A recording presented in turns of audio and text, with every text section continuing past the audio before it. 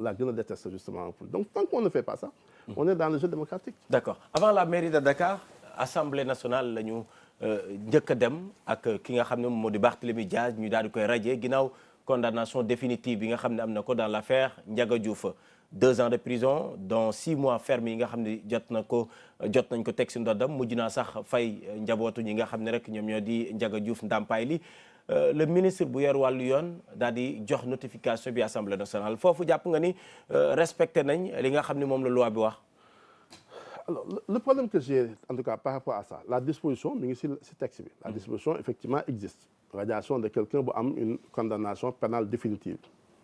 Mais si demee si 7 si biir code bi li nga xam ne moom ngay jàng dañuy wax ne nit boo xamante ne sa inéligibilité ça s'est révélé après c'est ça la nuance c'est ça qui me fait pose problème sa inéligibilité ça s'est révélé après man par exemple je suis condamné kenn xamul ne je suis condamné parce que personne nit ñi mën nañ ko bañ a xam ma dem élection ñu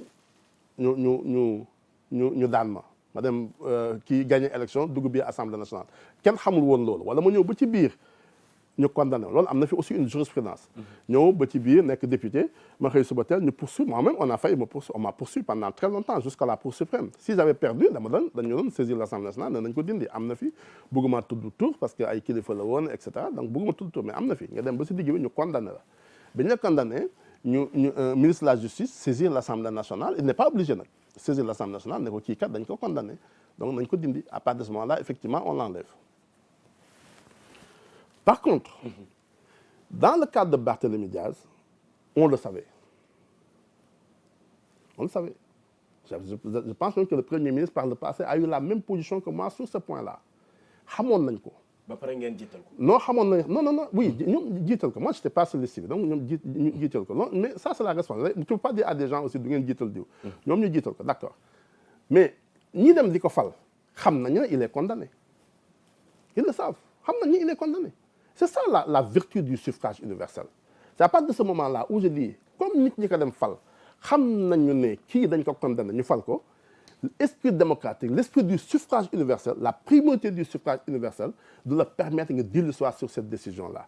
mooy exemple ma la jox tout à l'heure ma ne la gis nga xam nga tey boo wotee loi Assemblée nationale nga yóbbu ko conseil constitutionnel ne ko damaa bëgg nga vérifier la constitutionnalité de la loi le conseil va te dire je suis compétent vérifier mais boo votee une loi par voie référendum nga yóbbu ko conseil constitutionnel boo demee conseil constitutionnel man je n'ai pas le pouvoir de sanctionner le peuple moo tax le conseil se déclare incompétent pour contrôler la constitutionnalité des lois référendaires parce que c'est la vertu du suffrage universel.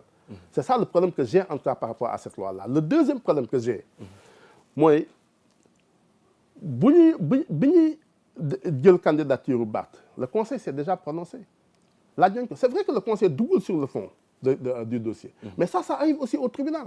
c'est-à-dire nit dina rëcc pour des questions de procédure baaxul rëcc na mais rëcc na.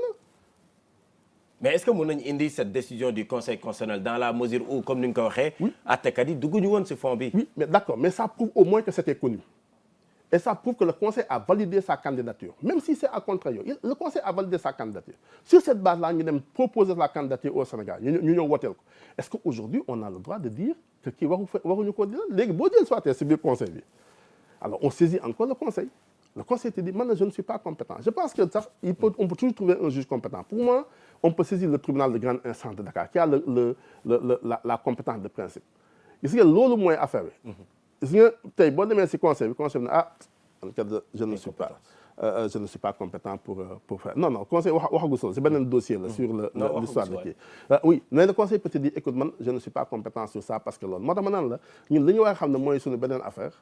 Moi, il faut que quand même ñu xam ne dañoo am aussi responsabilité ñun suñu responsabilité faire en sorte que nos institutions fonctionnent li bon ci démocratie c'est pas qu'il n'y ait pas de conflit en démocratie il y a toujours des conflits parce que démocratie conflit la àndal xam nga démocratie dafa am ñaar yoo xamante ne bu ci jógee rek nekkatul démocratie il y a toujours une dictature la dictature de la majorité il y a toujours des conflits entre les chapelles politiques moo tax d'ailleurs constitution bi di wax naan ñun dañuy fonctionner sur la base ak opposition ñu assurer une opposition égale yooyu yëpp da ci am donc mais à partir du moment où conflit bi am il faut toujours qu'il y ait un juge compétent bu problème bi jibee et dans le cas d'espèce il y avait un juge compétent on est allé voir le juge compétent le ministère de l'Intérieur aurait pu le faire le ministère de l'Intérieur defu ko ñu dem si juge bi ne waaw mais comme defu leen ko ñëw kon yéen a ko bàyyi mu jàll les Sénégalais dem ne waaw man kat kii xool naa ko doy na ma je l'envoie mu nekk député à l'Assemblée nationale non oui mais Sénégal dañuy wax ni on va l'enlever. C'est à ce niveau-là que ça pose un problème d'éthique à la fois constitutionnel mais aussi un problème